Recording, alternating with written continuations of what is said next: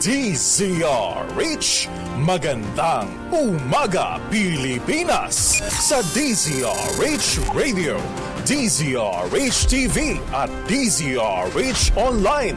Kasama si Kuya Angelo Palmones. Magandang umaga Pilipinas!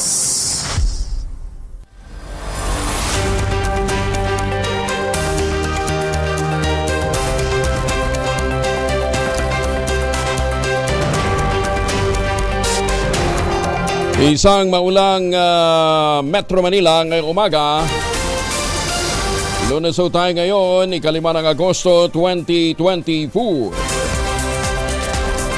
Sa ulo ng ating mga balita, Pag-asa, todo bantay ngayon sa namumuong sama ng panahon sa Northern Luzon. Carlos Yulo, nakasungkit na ikalawang medalyang ginto sa 2024 Olympics sa Paris. Magkano na? Ilan ang iuwing, ilan ang aabutang milyones ni Carlos Yulo? Ito talagang waging-wagi. Carlos Yulo binahan ang pagbati, premyo at insentibo, tinuturing ng Kamara na isang sports hero at national treasure. Unity Walk ng Transport Group kasado na. Secretary Angara, inaasahang mabilis na malulusot ang kumpirmasyon sa House Panel ng Commission on Appointments. Mother Lily, umanaw na sa edad na 85. Bagong balita, bagong impormasyon, kasama si Kuya Angelo Palmones. Magandang umaga, Pilipinas! Kasama pa rin natin ang buong radyo natin FM Nationwide, ang ating action radio station sa Luzon, Visayas at Mindanao. 91.7 BNFM Radio sa Cebu at 94.3 FM sa Jansan. Sa detalye ng ating mga balita, isang low pressure area o sama ng panahon ang binabantayan ngayon ng Pag-asa sa extreme Northern Luzon. Huling namataan ng Pag-asa ang naturang LPA sa layong 1,310 kilometro east-northeast ng dulong Hilagang Luzon. Ayon kay Veronica Torres ng Pag-asa, maliit lamang ang tsansa ng LPA na maging isang bagyo sa susunod na 24 oras. Pero sabi ho ni Torres, patuloy namang magdadala ng pagulan ang southwest monsoon o habagat sa Visayas at Mindanao kasama ng Palawan.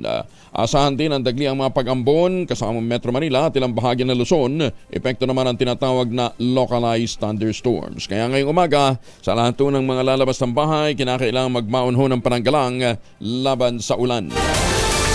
Tumampana sa 46 ang bilang ng mga namatay, mahigit naman sa 6 na milyong individual ang naapektuhan ng pananalasa ng nagdaang bagyong Karina at nagpalakas sa habagat.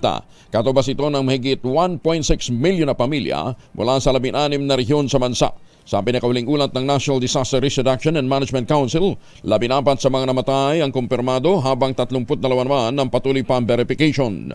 Sugatan naman ang 14 at 5 katao na patuloy pang nawawala. Mahigit naman sa 21,000 relief packs ang naipamahagi ng tanggapan ni Speaker Ferdinand Martin Romualdez katuwang ang Tingog Party List sa mga naapektuhang lugar ng Bagyong Habagat at Karina o Bagyong Karina at ng Habagat. Isinagawa ang relief operation sa 17 apektadong lugar sa Metro Manila at Calabarzon. Sinaksihan ito mismo ni Speaker Romualdez na personal na dumamay at nagpaabot ng tulong sa mga binahang residente ng San Juan City at Quezon City. Kasabay nito, tiniyak din ni Romualdez ang commitment ng gobyerno na tiyakin ang kaligtasan at kapakanan ng mga mahihirap na nasa sektor ng tinatawag na marginalized sector. Sinabi pa ng Tingog Party List Representative na si Yeda Marie Romualdez, makakaasa naman ang publiko na laging nariyan ang kanilang grupo o pandamayan ng mga Pilipino lalo na sa panahon ng matinding pagsubok, dala naman ng mga kalamidad.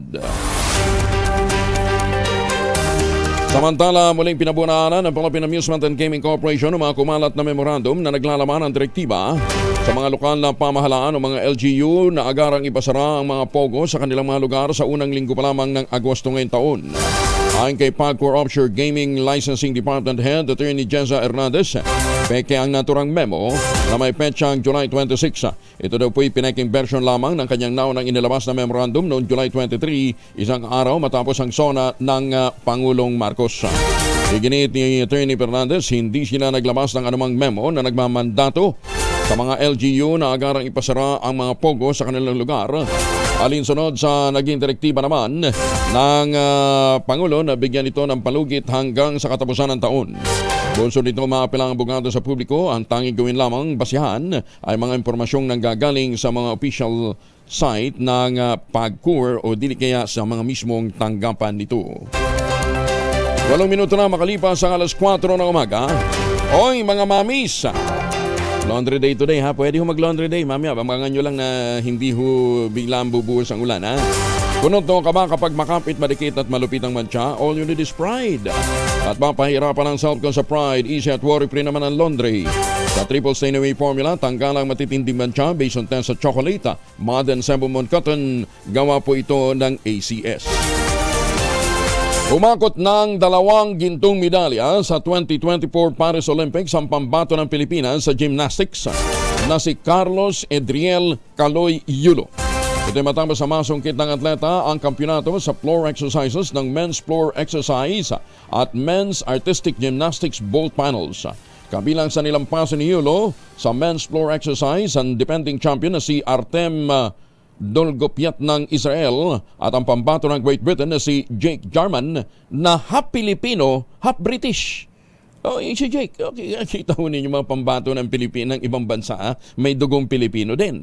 Pinataob naman niya sa men's artistics sa gymnastics bowls panels ang pambato ng Armenia na si Artur Dabjan at ang British na si Harry Hepworth. Mamamatid na ito si Yulo, ang kauna-unahang Southeast Asian athlete na nakasungkit ng medalya sa Quadrennial Summer Games. Ito rin ang ikalawang beses na nakasungkit ng ang Pilipinas ng medalya sa Olympic. Una dito yung pong kay Heidelin Diaz sa women's 55 kg weightlifting noong 2020. Congratulations kay Caloy Yulo. Ano ha? Mantakin ho ninyo. First time ho na naghakot ang Pilipinas ng medalya, 2 ginto pa. Ha? Bigat ho. Marami ngayon magsasanay na sa floor exercises. Posibleng madagdagan pa ang kaliwat ka ng premyo na naghihintay para kay Caloy Yulo matapos sa masungkit ng 2 gintong medalya sa 2024 Paris Olympics. Kabilang sa mga naunang inanunsyong makukuha ni Caloy ang isang 24 million pesos na laga ng fully furnished condominium sa Bonifacio Global City sa Taguig mula ito sa Mega World Corporation. Bukod pa rito ang 3 milyong pisong cash prize mula sa mababang kapulungan, ang lifetime free buffet sa restaurant na Vikings. Halagang 1 milyong produkto ng supermarkets at ito po sa department store ng SM. Pagka tinotal natin, baka lumiti ang BIR. Taxable na yan Binahan naman ang pagbati mula sa Senado at iba't ibang sektor ang gymnast na si Carlos Yulo matapos masungkit ang hindi lamang isa kundi 2 gintong medalya sa 2024 Paris Olympics. Nasungkit ni Yulo ang kanya ikalawang gintong medalya sa pagsabak nito sa vault final kahapon, araw ng Linggo. Binati ni Senator Nancy Binay si Yulo na nalagpasan ng maraming hamon at dagok kabilang ang pagpapalit ng coach para lamang maabot ang pangarap nitong masungkit ang gintong medalya sa Olympics. Mensahe naman ni Senator Robin Padilla, mabuhay ka Carlos Yulo, ang nagbigay ng unang ginto sa inang bayang Pilipinas sa Paris 2024 Olympics. Nawa hindi ito maging huling ginto na makamit ng ating mga atleta sa 2024 Games. Nagbunyi naman at nagpamalaki din ni Senator Win Gatchalian ang makasaysayang panalo ni Yulo. Yulo ang ikalawang Pinoy na nakakuha ng Olympic gold medal. Ang una ay ang weightlifter na si Heidelin Diaz na nanalo sa Tokyo Olympics noong 2020.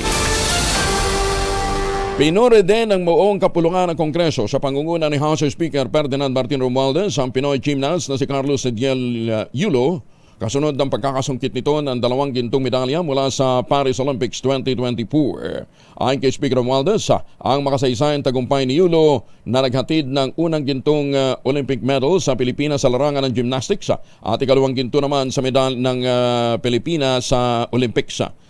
Tinawag pa nito si Yulo na isang isang sports hero at national treasure dahil sa natatanging galing sa men's spinal floor exercises at artistic gymnastics event Volta.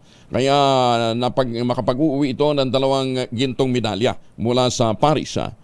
Bago naman tumulak ang atleta sa Paris Olympics, nagpaabot ng tulong pinansyal si Speaker Romualdez sa 22 atleta na nakakatawan sa Pilipinas sa naturang kompetisyon. Pinangunahan din ni Speaker Romualdez ang isang fundraising campaign ng Kamara para madagdagan ang cash incentives para kay Yulo. Ay kay Romualdez, kinikilala ng Kamara ang pangako nito na bigyan ng 3 milyong pisong cash incentives ang mga mananalo ng ginto sa Olympics. Si Yulo ay gagawaran din ng Kamara ng Congressional Medal para sa kanyang natatanging tagumpay at kontribusyon sa Philippine sports. Bukod sa 3 milyong ibibigay sa mga makakagintong medalya, ang Kamara ay magbibigay din ng 2 milyong piso para naman sa mananalo ng silver at 1 milyong piso sa mga mananalo ng bronze. Magandang umaga, Pilipinas! Selyado na ang 2 bronze medals ng Pilipinas sa 2024 Paris Olympics. Matapos manalo ang Pinay boxer na si Ira Villegas at si Nesty Petesio sa quarterfinals. Dahil dito kapwa uusan ang 2 boksingera sa semifinals ng Olympics. Mababatid na nanalo ito by split decision si Villegas laban kay Wasila Ladiri ng France sa women's 50 kg at nagwagi naman si Petesio via unanimous decision sa 57 kg division laban naman kay Su Sichu ng China. Aba, kita ho ninyo, galing talaga ng mga Pinoy. Magandang umaga, Pilipinas! Ayan, tamayanan po ninyo. Pero alam ho ba ninyo na isa ho sa mga sinasabi nilang ang tawag dito. Kasi si Kaloy pala, agang nag-aaral ho nito, no ha? 7 years old pa lang eh. Nagsasanay na sa sa Olympic. Hindi naman sa Olympic, sa vault, sa gymnastics. So, pero alam ba ninyo na isa ho sa mga inaaral ho nila, ang isa sa mga nagiging inaaral din ho ng mga gymnast ay yung tinatawag na angular momentum. Sa P6 yan, Kaya doon sa mga nag-aaral ho ng P6, magandang pagkakataon to para ipaliwanag nyo sa mga estudyante nyo, at sa mga kaibigan ninyo, angular momentum. Ito daw ho yung paraan para ma-adjust nila yung kanilang arm position. Tingnan ho ninyo, kapag lo-launch ka sa himpapawid, kinakailangan maging constant yung inyong angular momentum by moving yung inyong kamay closer or farther from the body para magbago yung mass distributed na mass ng inyong katawan, may distribute ng maayos. Nakaka-apekto to sa rotation speed. Pagka in-stretch mo yung kamay mo, babagal ang rotation.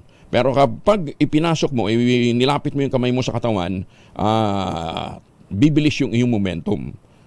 Ito yung technique na ginagamit ng mga gymnasts para maging maganda yung kanilang performance at mag-land safely. At the end of the routine, spreading their arms helps slow down their rotation. Kaya pala talagang tinataas nilang ganun yung kanilang mga kamay, ensuring that they don't over-rotate and fall backward.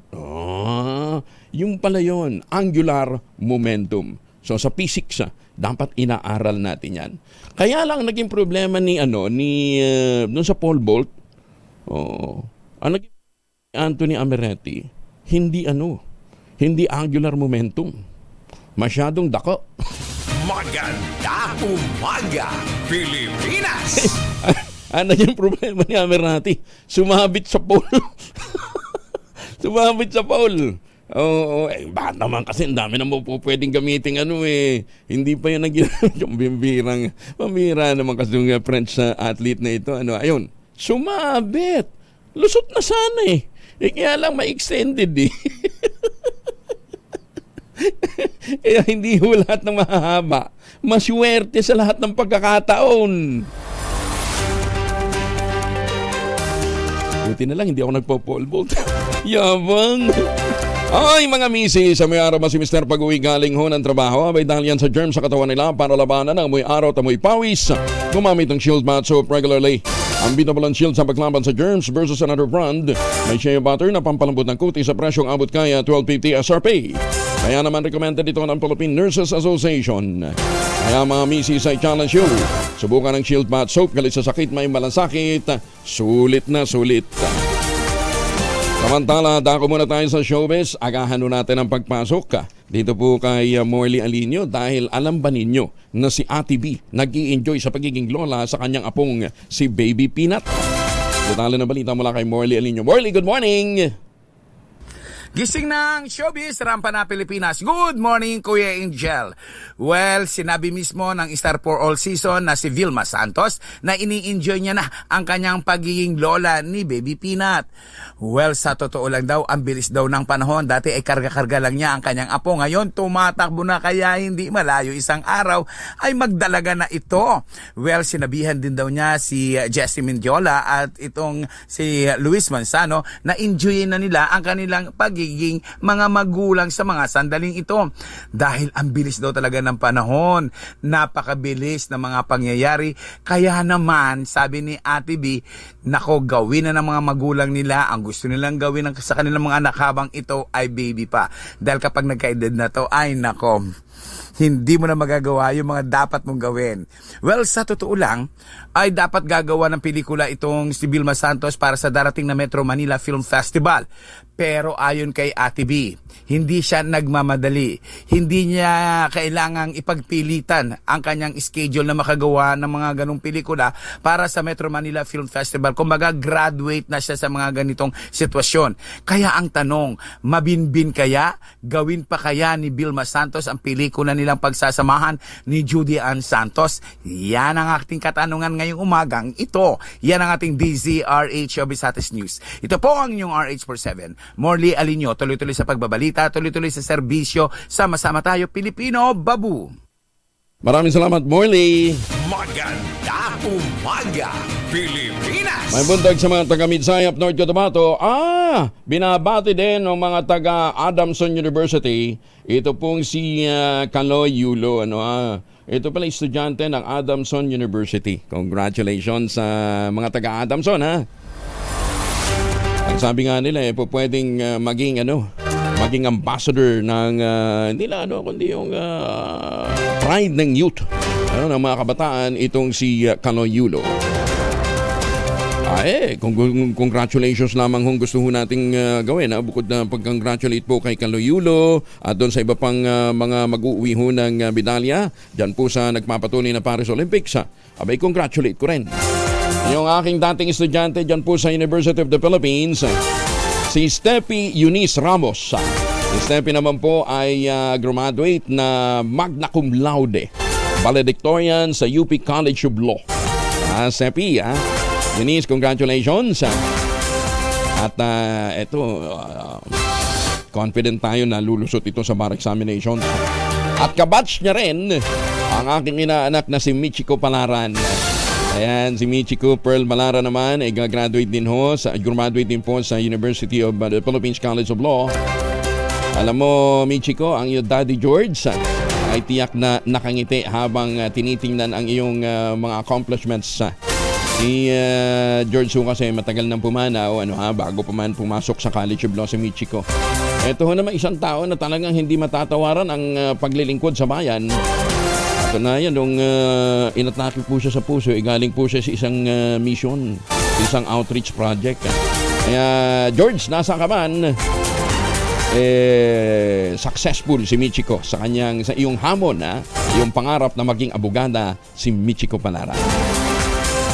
At siyempre, batiin na rin natin ang ating mga midnight singers, yung mga suki natin dyan sa San Diego, California. Meron tayong bagong picture. Kala nyo, Ayan, kay Don Manny at saka kay Tita Cora de la Peña, kay Sir Art at kay Ma'am Linda at kay habulin talaga ng mga kolehiala nung nasa kolehiyo pa. Si Sir June at saka si Doña Loy Yambao. Ayan, congratulations. Hoy, pagandaan nyo ng gusto yung inyong nalalapit na concert dito sa Pilipinas.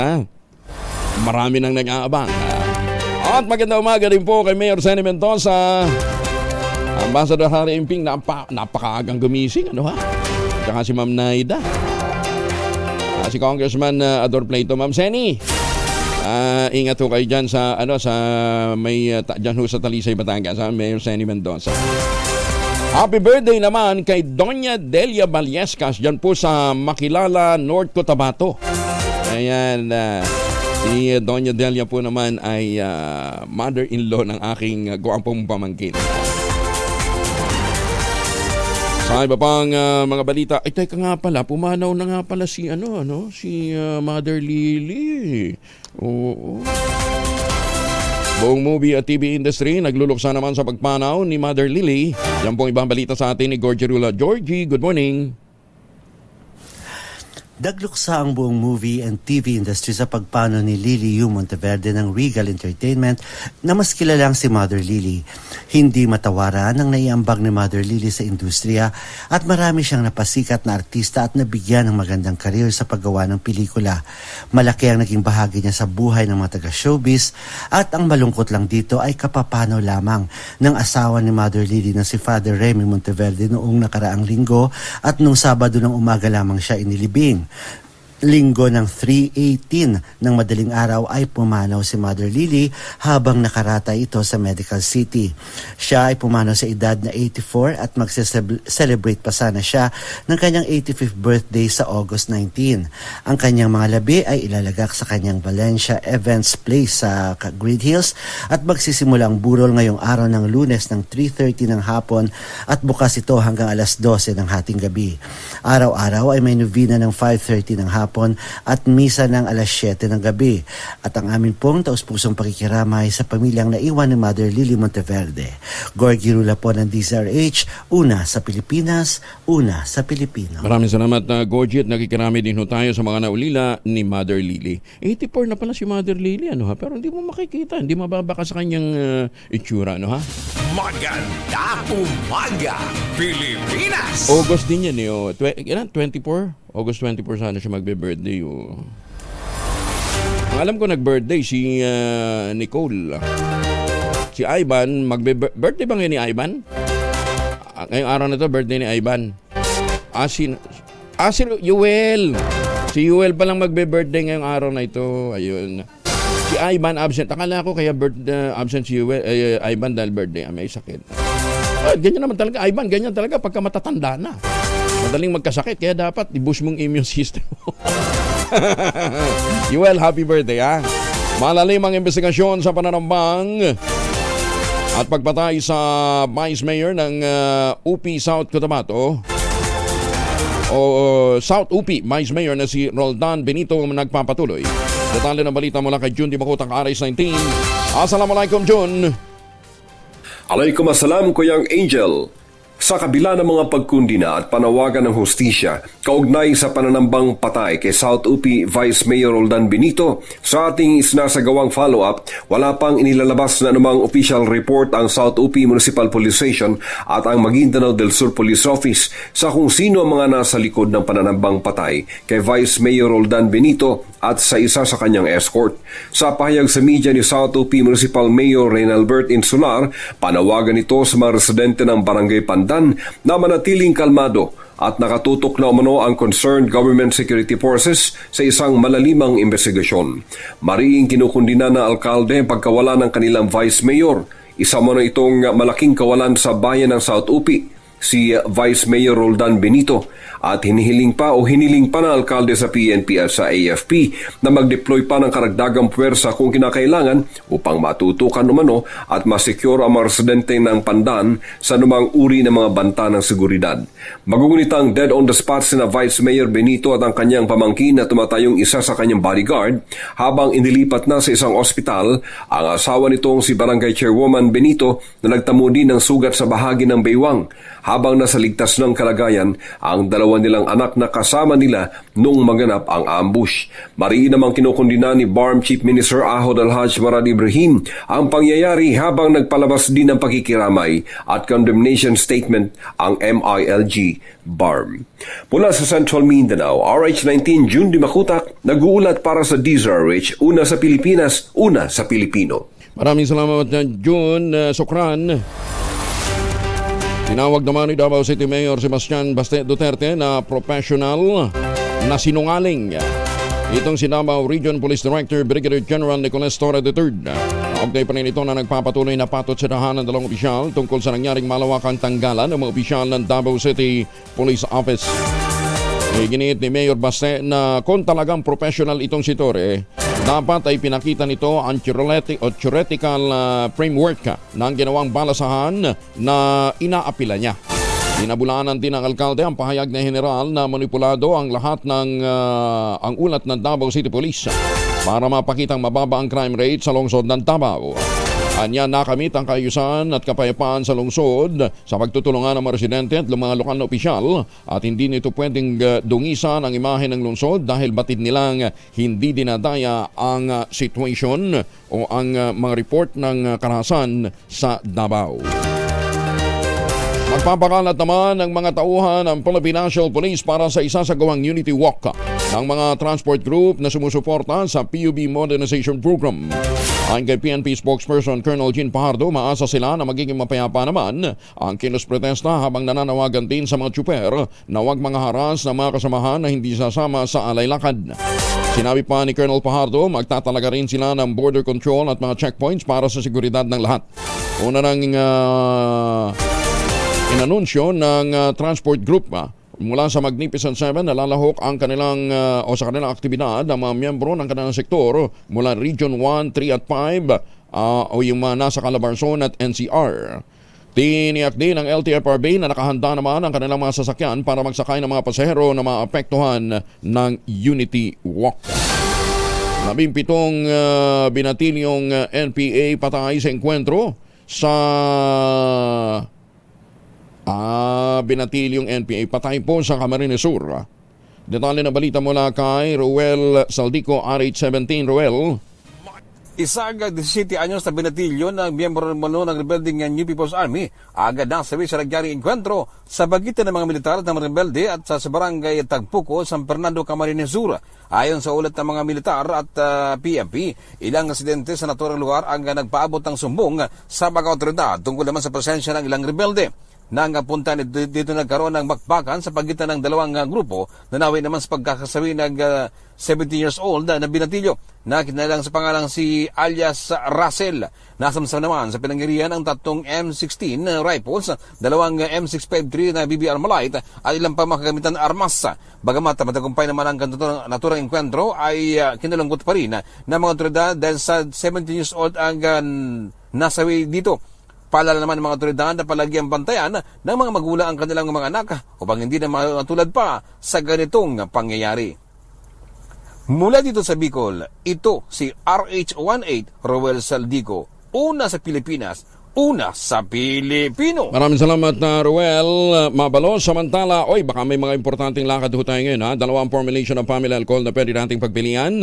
Ang family 70% isopropyl alcohol especially prepared for clinics, hospital, pharmacies, laboratories, pero okay din po yan sa mga households. Very effective sa disinfection at sterilization. Ganyan ang bagsik ng family 70% isopropyl alcohol. Maghapon man natin gamitin, no problem. Hindi po manunuyo ang ating mga kamay dahil meron po itong moisturizer.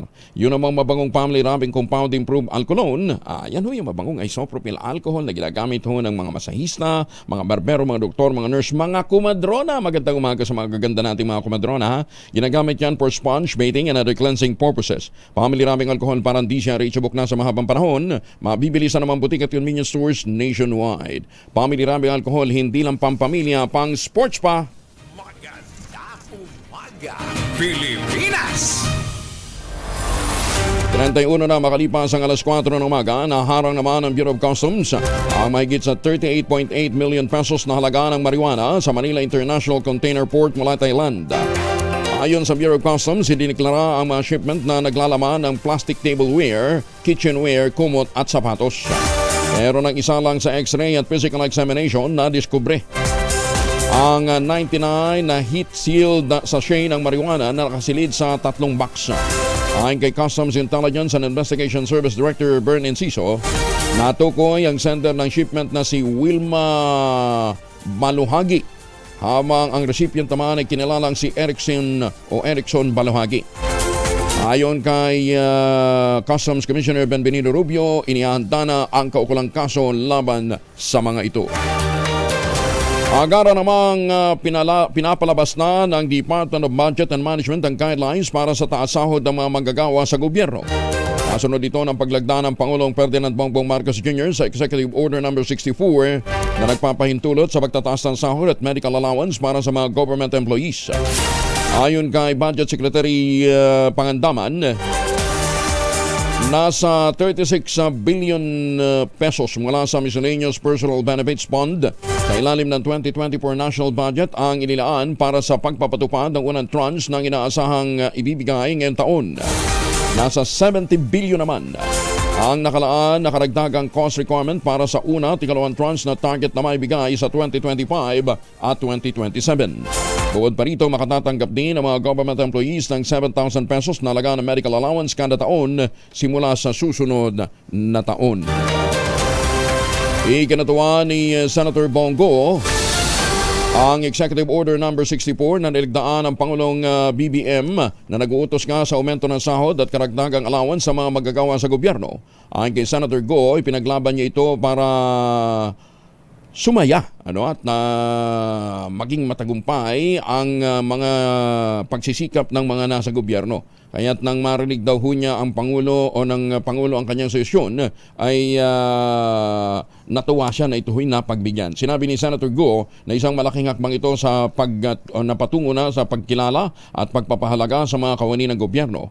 Iginit pa ng Senador na ang taas sahod ay hindi lamang isang pagsasaalang-alang sa hamon ng inflation, kundi isang pamamaraan para mapanatiling masigla, maintegridad at mahusay ang ating workforce. Si Senator Go ay isa sa mga nagtaguyod ng kapakanan ng mga government workers, kaya dati na niyang inihain ang Senate Bill 2504 na kilala bilang Salary Standardization Law 6. Wanted naman sa kasong pagpatay, arestado sa Davao del Norte. Detalye ng balita mula kay June Suter. May buntag ni mo, June. Kalabuso sa kulungan ng isang lalaki na suspect sa pagpatay matapos itong naaresto pasado alas 11 ng tanghali, Agosto 4, 2024 sa tracker team ng Santo Tomas Municipal Police Station sa Davao del Norte kasama ang Davao del Norte Provincial Police Office doon sa Federal Road 3, Barangay Tibalog, Santo Tomas, Davao del Norte. Batay sa Manhunt Charlie Operation, nahuli ang suspect na si alias Marco, 27 anyos, walang asawa at nakatira sa Pro 4 North Gate, Barangay Tibalog, Santo Tomas, Davao del Norte, ay may warrant of arrest na inisyo ng Executive Judge Honorable Rimal Salacop sa Regional Trial Court 10th Judicial Region Branch 6, Prosperidad, Agusan del Sur sa kasong murder noong Hulyo 28, 2017. Sa ngayon, ang suspect ay nasa kustodiya na ng Santo Tomas Municipal Police Station at walang piyansa na nirekomenda ang korte. Ito si June Suter para sa DZRH. Una sa Pilipinas, una sa Pilipino.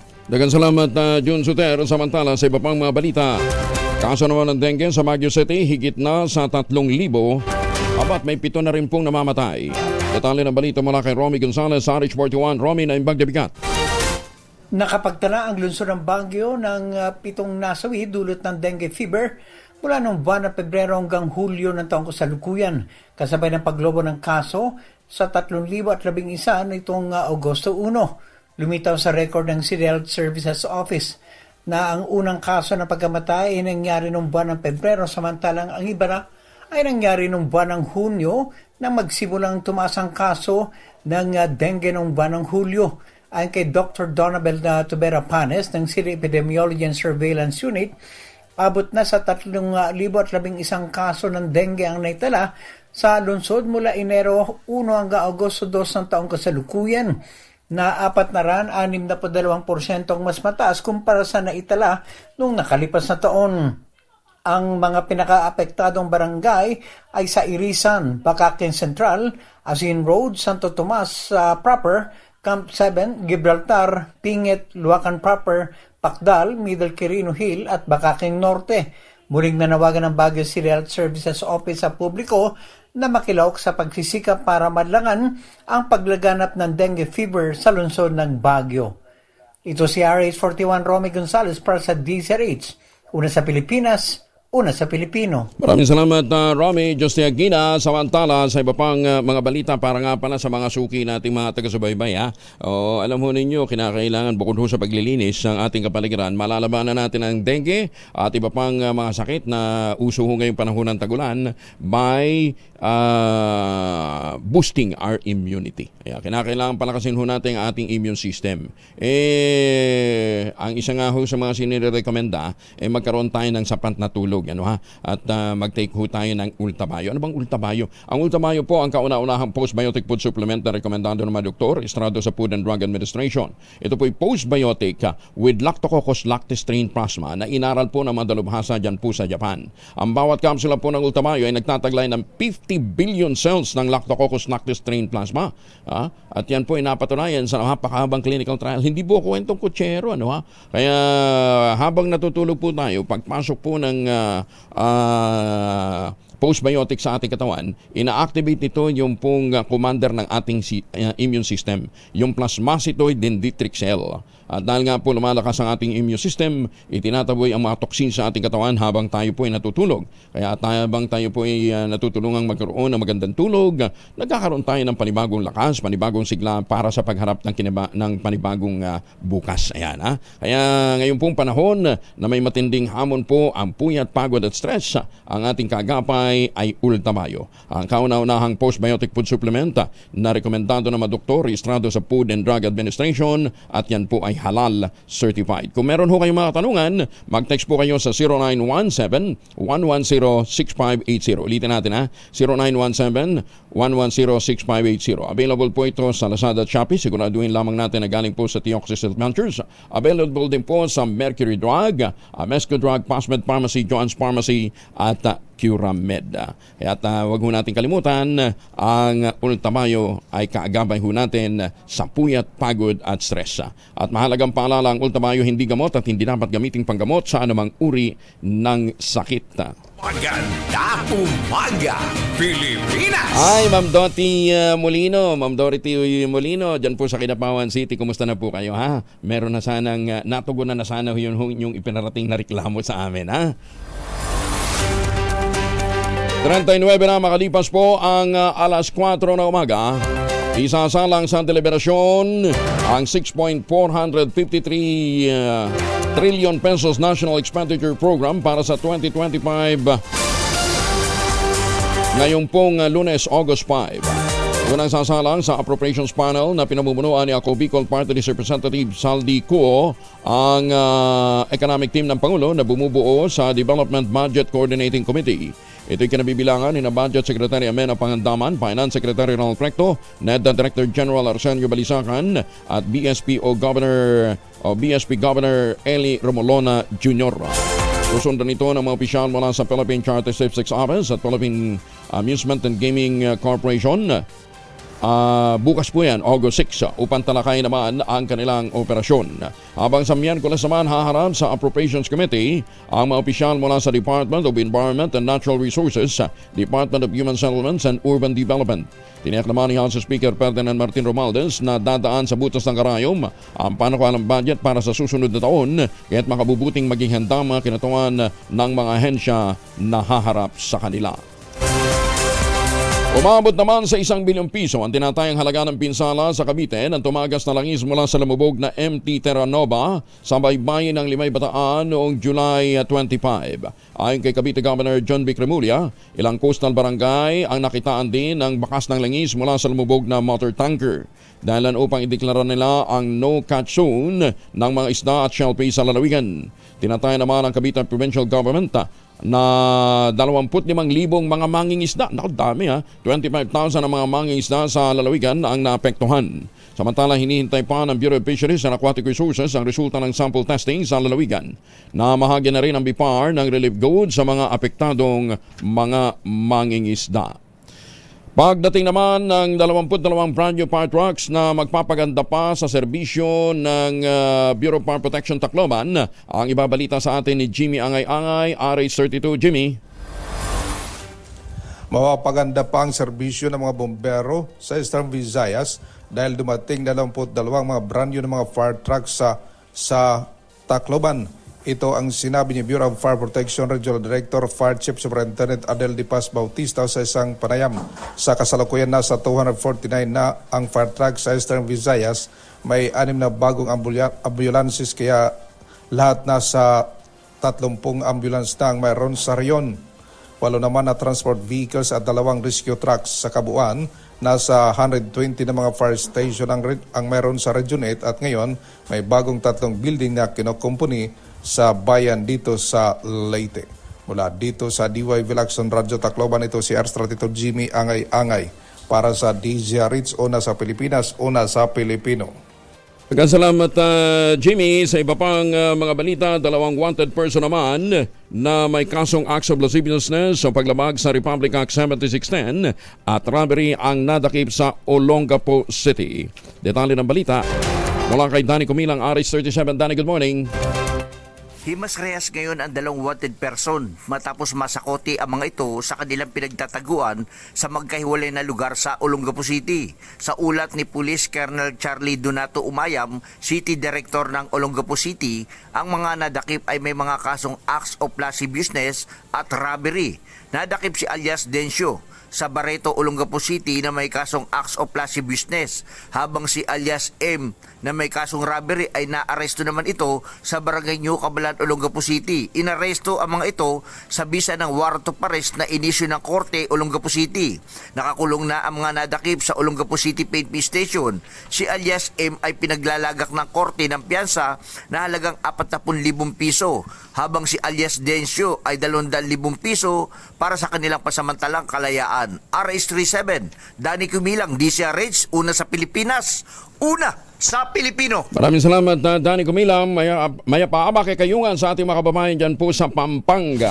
Magandang umaga, Pilipinas! Kamustahin nga natin muna ang Department of Agriculture dyan po sa Cordillera. Kung nyo natatandaan, isa ho sa mga matinding pininsala ng bagyong Karina na nagpalakas ho sa habagat, yung strawberry fields dyan po sa La Trinidad, Benguet. Kasama na natin ang Public Relations Officer ng DA Cordillera, si Jonathan Llanes. John, naimbag na bigat?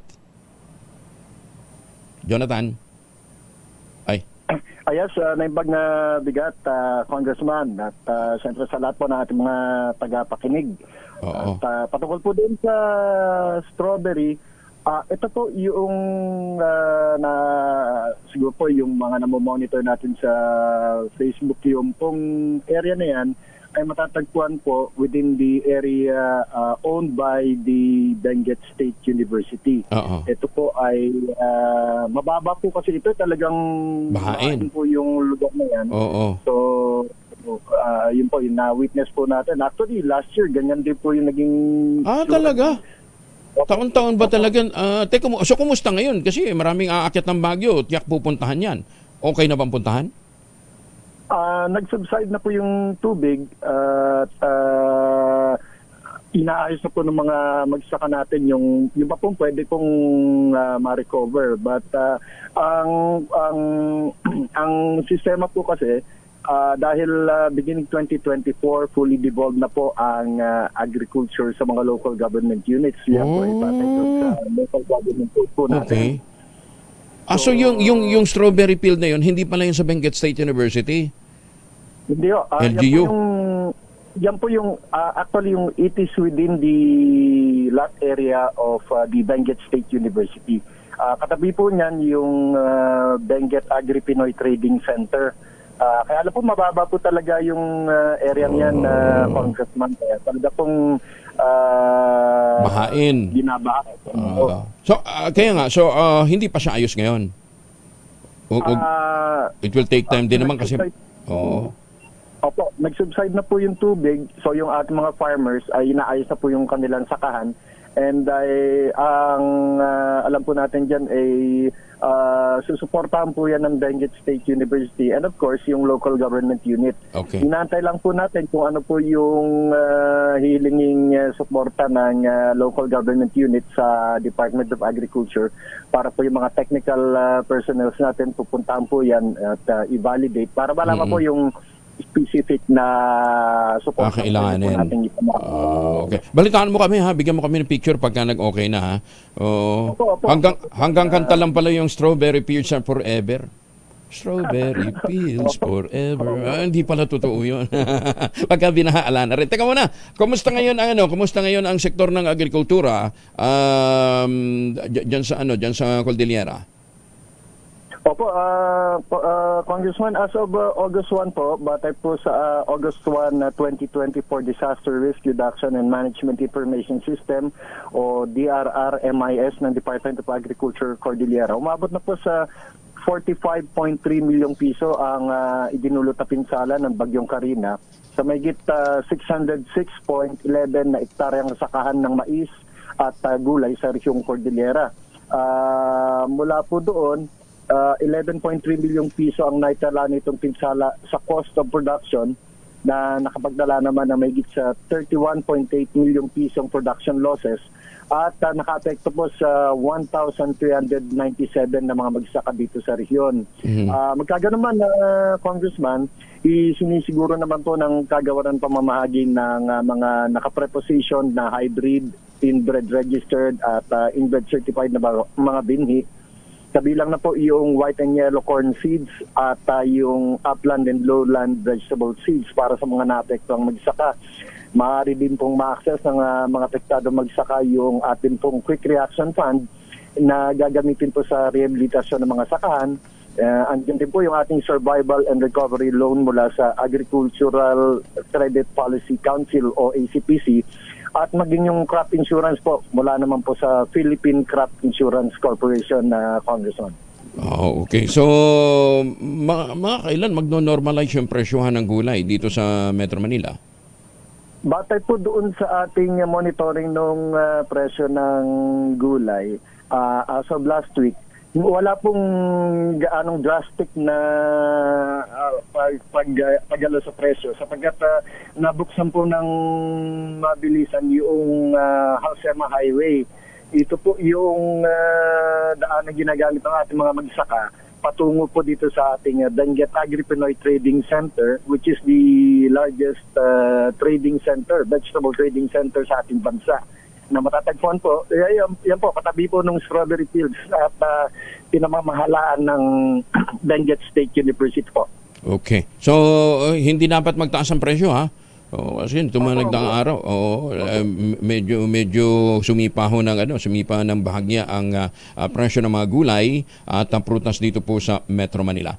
So, yan, that's the good news. John, maraming salamat ha. Ingat dyan. Thank you. Okay, likewise po, Congressman, maraming po salamat sa inyo. Ingat din, ingat. Si Jonathan Llanes, ang Public Information Officer ng Department of Agriculture dyan po sa Cordillera. Maganda umaga, Pilipinas! 33 anyos na binata naman at tulak ng illegal drugs arestado sa may basa operation ng PNP sa Villasis, Pangasinan. Masantos siya kabasan si Kayamin sa ating mga kababayan dyan po sa Pangasinan. Detalye na balita mula kay Freddy Pajardo, Aris 38. Freddy. Nasa likod ngayon ng Rias na bakal ng Villasis Police Station ng isang tulak ng ilegal na droga matapos itong mahuli sa buy-bust operation ng PNP. Sa ulat ni Chief of Police Major Edgar Alan Serquiña, nagsagawa ng operasyon ng kanyang mga tauhan sa Drug Enforcement Unit sa Barangay Lipay matapos silang makipag-ugnayan sa PDEA Region 1. Isa sa mga pulisan niyang nagkunyaring buyer at binentahan ng suspect ng isang plastic sachet na naglalaman ng hinihinalang Cebu kapalit ng mark money at agad itong inaresto. Kinilala ang suspect na si Jomar de Guzman Marquez, 33 anyos, binata, residente ng Barangay Pilay, Villasis. Nasamsam ditong illegal na droga na tumitimbang ng 0.46 grams na may street drug price na 3,128 pesos. Kasong paglabag sa Republic Act 9165 o Comprehensive Dangerous Drug Act of 2002 ang ikinakasang kaso ng mga investigador laban sa suspect. Ito si Freddy Pajardo, Aris 38, tag-uulat sa DZRH, una sa Pilipinas, una sa Pilipino. Maraming salamat, Freddy. At para ho sa mga kababayan nating pauwi ng Pilipinas, huwag nating kalimutan na meron na ho tayong napakasarap na tangerine chocolate. Gawang Pinoy, yan po ay produkto ng mga magniniyog ng mga magsasaka dyan po sa lalawigan ng Quezon. Sa tulong nga po ni Dr. Helen Tan, yung pong mga planting material ng kakao galing Davao, hinakot po yan para maitanim ho sa ilalim ng mga yugan dyan po sa lalawigan ng Quezon. Kung kaya't ngayon ay nagpo-produce na ho sila ng high value crop na kakao. At yan po pinaprocess para maging tangerine chocolate. Available po ang tangerine chocolate sa 0919-095-5935. At meron hong mahigit 10 variants niya na available naman sa Tangerine Chocolate Nut PH. Ang mga raw materials sa ginamit dyan ay galing din po sa ani ng mga magsasaka. Kaya sabi po ni Dr. Halentan, ito'y 100% gawang Pinoy, gawang lokal, but taste and looks global. Dahil yan po tinulungan din po ng Department of Science and Technology at ng Department of Trade and Industry. Kaya tangkilikin ho natin ang gawang atin. Dahil sa bawat tangkilik ho natin ng Tangerine Chocolate, pinalalakas natin ang loob ng ating mga magsasaka, pinalalakas natin ang ating ekonomiya. Sabi po ni Dr. Helen Tan, buy local, lalong-lalo na pagdating ho sa tsokolate. Maganda umaga, Pilipinas! Patunayan mo! Hinimok naman ni Senator Amy Marcos si COMELEC Chairman George Garcia na patunayang mali ang mga alegasyong meron siyang offshore bank account sa Cayman Island. Ayon kay Senator Amy, hindi maganda ang mga nangyayari dahil posible itong makaapekto sa midterm elections ng susunod na taon. Masagwaan niya kung mawawalan palalo ng tiwala at kumpiyansa ang publiko sa COMELEC dahil sa mga alegasyon ng dayaan sa mga nakalipas na halalan. Sinabi ni Marcos na dapat ipagtanggol ni Garcia ang kanyang sarili mula sa mga alegasyon ni Sagi Party List Representative Rodante Marcoleta. Sa ngayon ay wala pa umanong nakikitang ebidensya ang presidential sister at nakahanda naman siyang sagutin ng COMELEC ng COMELEC chair ang mga alegasyon sa mga gagawing pagdinig. Bilang chairman ng Senate Committee on Electoral Reform, sinabi ni Senator Marcos, susubaybayan niyang issue at hihintayin kung ano ilalabas na prueba ni Congressman Marcoleta. Matatandang iniuugnay ni Marcoleta si Garcia sa dalawang offshore bank account sa Cayman Island na sinasabing tumanggap umano ng deposits mula sa South Korean banks. Ito ay dahilan, sinabi ng kongresista, kung bakit naging kahinahinala ang pag-award ng poll body sa 18 billion peso automated election contract sa South Korean firm na Miro. Na maglalaan naman si Speaker Ferdinand Martin Romualdez ang pondo para sa pagpapagawa at pag-aayos sa mga barracks ng mga sundalo. Ginawa ni Speaker Romualdez ang pahayag sa kanyang pagbisita sa headquarters ng 11th Infantry Division ng Philippine Army sa Camp Teodolfo Bautista sa Busbus Village, Hulo.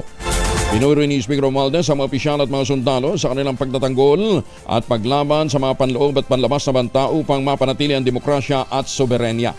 Una nang nangako si Speaker Romualdez na susuportahan ang dagdag na pondo para sa Armed Forces of the Philippines sa ilalim ng 2025 National Expenditure Program na sisimulang talakay ng Kamara ngayong linggo. Iginit pa ni Speaker Romualdez na kung walang kapayapaan ay walang paglago sa ating ekonomiya. Nangako din ang Speaker na titingnan ang pangangailangan na makapagtayo ng dagdag na barracks at pagandahin ang mga nakatayo na. Maganda umaga, Pilipinas! Confirmation naman ni dating senador at ngayon ay Secretary Sara Angara bilang kalihim ng Department of Education mas mabilis na makalulusot sa CA. Detalye na balita mula kay Manang Milky Riconan, Aris Schwald. Manang Milky. Inaasahan na mabilis na makalulusot sa kumpirmasyon ng Commission on Appointments sa Senator Sani Angara bilang kalihim ng Department of Education. Ayon kay Surigao del Sur Representative Johnny Pimentel, miyembro ng CA House Panel, bukod sa courtesy sa dating miyembro ng Kamara at Senado, qualified sa kanyang posisyon si Angara bilang kalihim ng DepEd.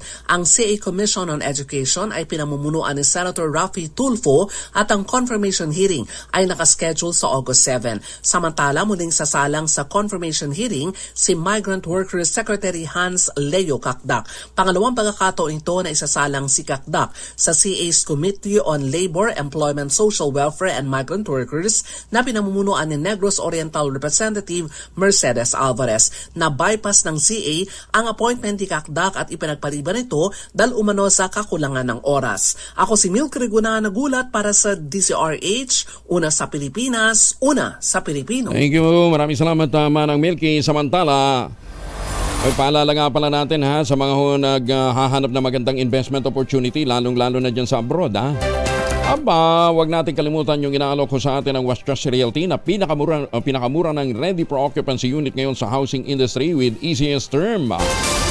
Mantakin ho ninyo, 5% lamang ho ang down payment, pwede pang maging gives. At ano pang iniintay po ninyo, ito pa rin ang pangarap magkaroon ng sariling bahay sa presyong abot kaya. Abay, napakalapit lamang po nito sa Clark Economic Zone. Napakalapit lamang po sa Clark International Airport. At nasa loob ho mismo ng Pung Township ang simbahan, ang eskwelahan, ang munisipyo, ang palengke at iba pa hong mga amenities. Kaya hindi na ho kayo kinakailangan pang bumiyahe ng pagkatagal-tagal. Tsaka pang advantage ho nito hindi ho ito binabaha. Ayon nga kay Malu Cabral bumahaman ho at tuminding bagyo, hindi ho sila nakakaranas sa matinding pagbaha. Dahil nga po sa napakaganda ng drainage system ho nito. Talagang pinag-aralan, Kaya ito pa rin ang pangarap na magkaroon ng sariling bahay sa presyong abot kaya. Makipag-ugnayan sa 0996-501-5555 at 0947-434-5555. Ulitin natin 0996-501-5555 at 0947-434-5555. At kung ngayon pa kayo bibili nito, may chance pa kayong manalo ng bagong kotse. Bago ng bahay mo, bago pang chikot mo. Ito ano pang iniintay ho ninyo? Tawag na o bisita na dun ho sa site ng proyekto po ng Westchester Realty, yung Severa Mabalacat, Severa Bacolor at Samira. Makipag-ugnayan sa 0996-501-5555 at 0947-434-5555. Magandang umaga, Pilipinas! Kung marami ho naman masyadong chikiting ho ninyo, baka kukulangin ho yung bahay na bibilhin ho ninyo. Kaya kinakailangan i-manage ho natin ang size ng ating pamilya. Kasama natin ngayon si Dr. John D. Plavier ng grupong Seamen via Zoom. Doc John D., good morning ho sa inyo. Kumusta na ho kayo? Magandang umaga, Kuya Angel. At saka kahit maulan dito sa amin, maraming salamat po sa imbitasyon nyo. Nasaan ka ba ngayon? Nasa? Sa may Balarap po, Diliman. Bagay, kanina pa maulan dito. Kahit dito sa amin sa Pasay, maulan kanina pa Sana hindi binabaha. Anyway, bumabaha naman ho ng pag-asa ang inyong grupo na madadagdagan pa ng mga kababayan natin ang scalpel vasectomy. Kaya lang, yung serbisyo nyo yata ngayong, yung serbisyo ibibigay nyo ngayong August, hindi lang NSP. Meron ding libreng pagpapaligate? Opo, kasama ho yun.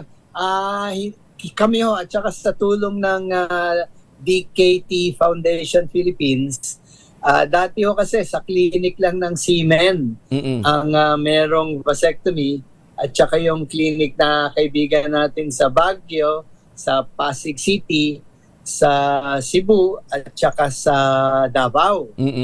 Pero minarapat ng mga kaibigan natin sa DKT Philippines na kuminsan hindi nakakapunta doon sa iilan lang mga clinic ang mga nangangailangan ng sinabi niyong serbisyo, ligation para sa mga babae, bilateral tubal ligation, at sa mga lalaki, vasectomy.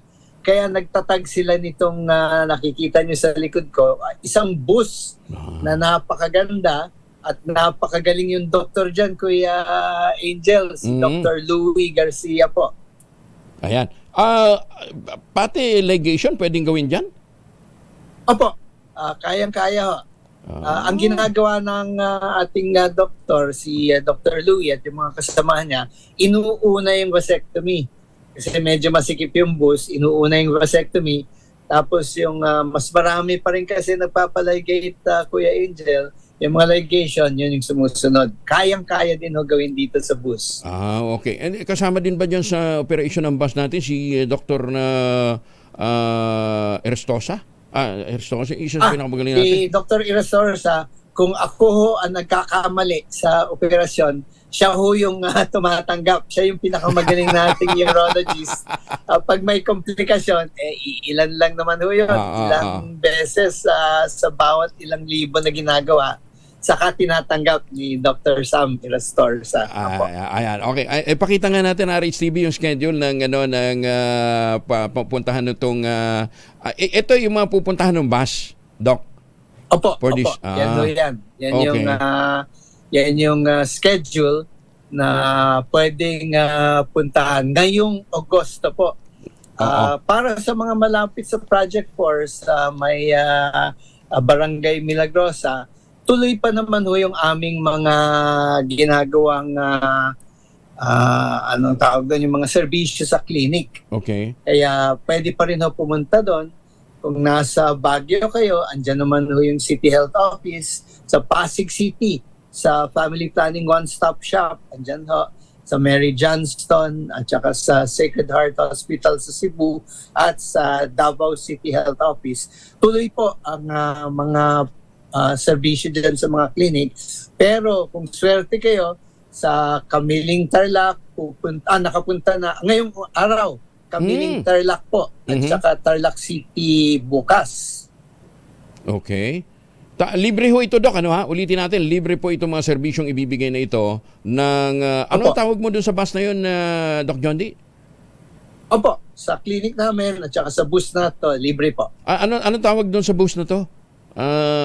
Mobile clinic ang tawag. Mobile clinic. Pero, SODEX ang tawag ng DKTO. Service Outreach, Distribution Extension Services ng DKT Philippines po. Ayaw niya sabihin bus ng mga pogi. Yan, mas maraming magagandang pumupunta ho eh. Ganun yung ba? bus siguro. Yung mga gwapo po, mga 5 lang kada bisita.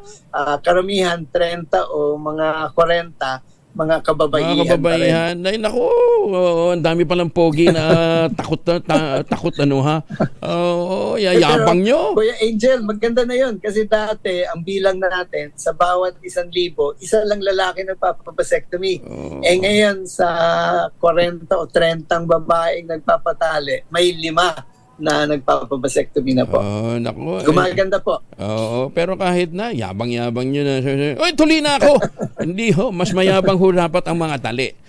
Dahil yung mga tali, pogi. Ayan, ha? At higit sana, matapang. Dapat malaman nila ho, si Kuya Angel, tali na rin. Ay, naku, matagal na. Gwapo pa. At saka, maniwala ho kayo nung nagpatali ho ako, dito lang ho, habang nagpo-programa, habang nagko-commercial, nagpatali, pagkatapos ho na magpatali, balik ko sa programa. Ganun ho kabilis. Yan. Diba?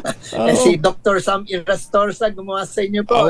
Kaya na makita ho ninyo, napakabilis ho. Para ka lang nag-commercial break. After ng commercial break, balik sa programa. Diba? Ganun ho magaling yung ating pong mga doktor. Anyway, so nakita ho nyo yung mga schedule. Doc, saan sila pwede tumawag for other information na po pwede ho nilang kung mayroon po sila mga kinakailangang paglilinaw. Pero ulitin ho natin kung kayo po masaya na sa bilang ng inyong mga chikiting, huwag niyong asahan ho si Mrs. Huwag niyong asahan ang inyong mga esposa, ang inyong mga partner sa pagkakaroon po ng tamang size ng pamilya. Kasi dahil po sa tamang size ng pamilya, masisiguro natin na ang inyong mga chikiting ay mapapakain ho ninyo ng maayos, mabibigyan ng magandang kinabukasan, mapag-aaral at madadamitan. Diba? Huwag ho ninyong palakihin sa inggit ang inyong mga anak. Dahil ho sa kakulangan ng di ba, Doc, ganun yung bata lumalaki sa inggit pagka hindi nabibigyan. Kung interesado po kayo, mas madali ho pumunta sa Facebook page ng DKT Foundation Philippines kasi may pangrehistro na ho doon. Okay. Pero kung Jurassic ho kayo, kagaya sa akin na hindi nagpe-Facebook, mas maganda kasi Facebook ng DKT Foundation Philippines. Pero sa cellphone ko po, pwede kayo mag-text 0961 ang sa aking cellphone po 0961 5822 709. So ulitin ko lang ho 0961 5822 709. Ayan. Doc, thank you very much. And good luck sa inyo pong mga pagsisikap na ito na matulungan yung mga mister at mga misis na gusto nang i-manage ang size ng kanilang pamilya. Si Dr. John D. Flavier po ay ang gwapong anak ni dating Senador Juan Flavier. Ayan. Pero mas matangkad ho siya. Ayan. Dr. John D., maraming salamat. Thank you. Ingat po. Maraming salamat. 506. Maganda umaga, Pilipinas! This time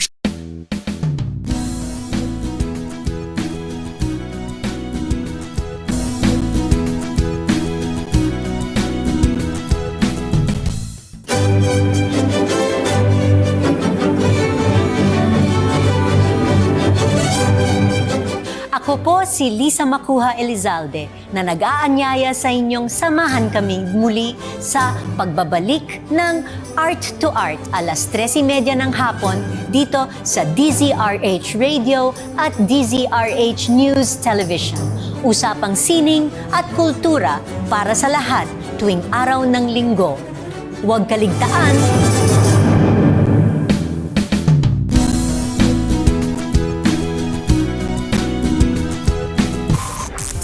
DZRH Magandang Umaga Pilipinas sa DZRH Radio, DZRH TV at DZRH Online. Kasama si Kuya Angelo Balmones. Magandang Umaga Pilipinas. Balik tayo sa mga balita. Bumaba ng 27.54% ng koleksyon sa taripa ng bigas na itong July. Kasunod dito ng direktiba ng Pangulong Bongbong Marcos Jr. na bawasan ang singil sa taripa ng 15%. Batay sa inisyal na datos ng Bureau of Customs, may kabuuan ng 884.4 million pesos ang taripang nakokolekta mula sa 200,000 metriko toneladang important na bigas nitong Hulyo. Mas mababa ito kumpara sa 1.22 billion pesos na nakolekta noong July 2023. Suporta naman sa mga sports program dapat lamang na ipagpatuloy para mas maraming Carlos Yulo ang ating ma-develop ayon nito sa mga senador. Detalye na balita mula kay Raymond Dadpa sa Aris 28. Raymond.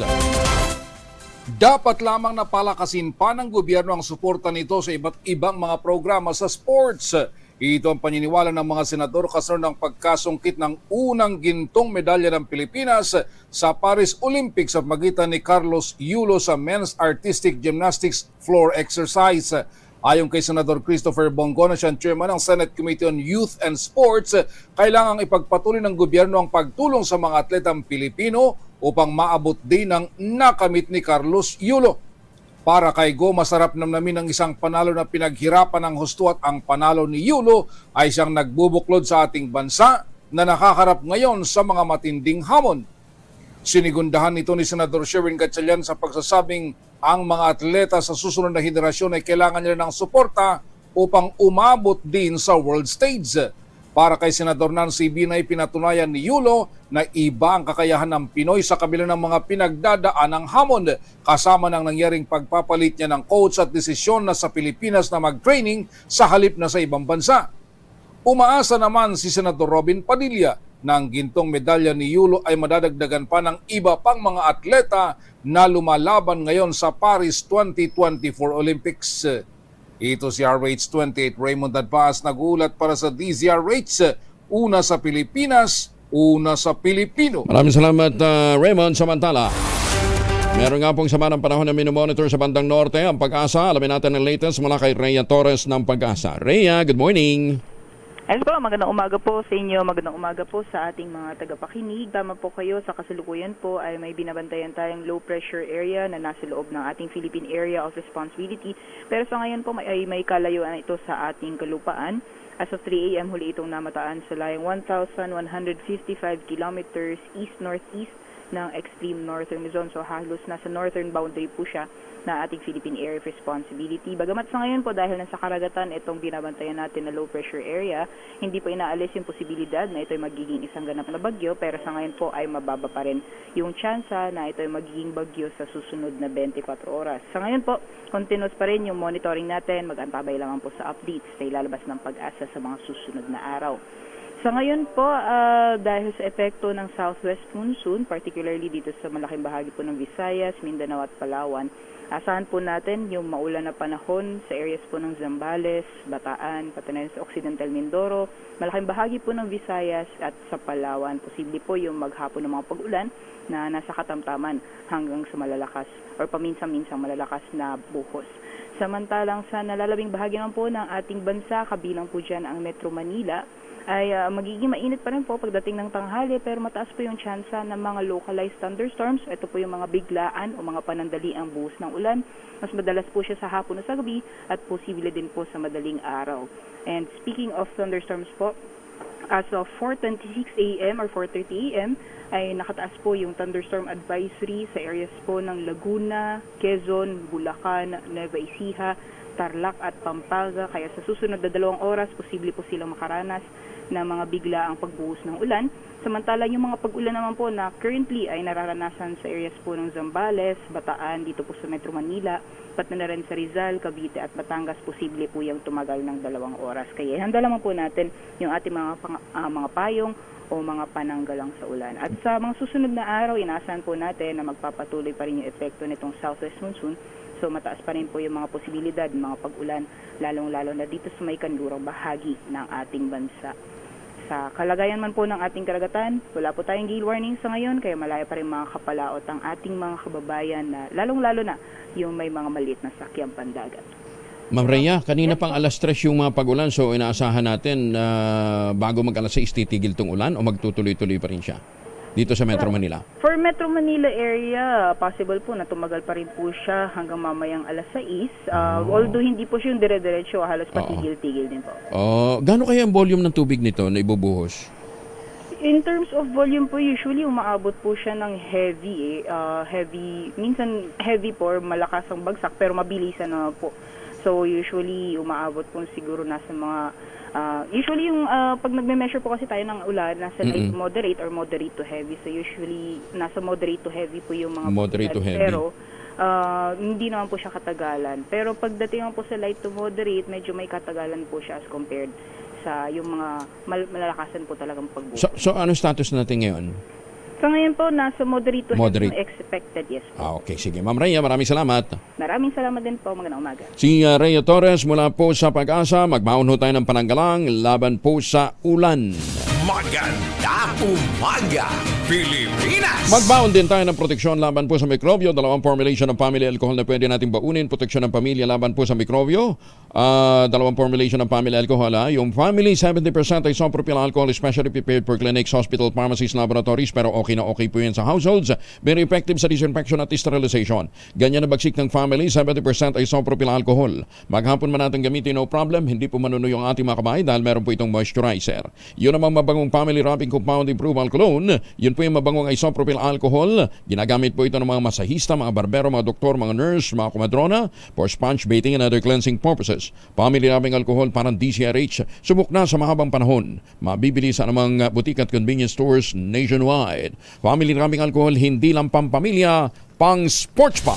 Maganda umaga, Pilipinas! And speaking of sports, congratulations Golden Boy Kaloy.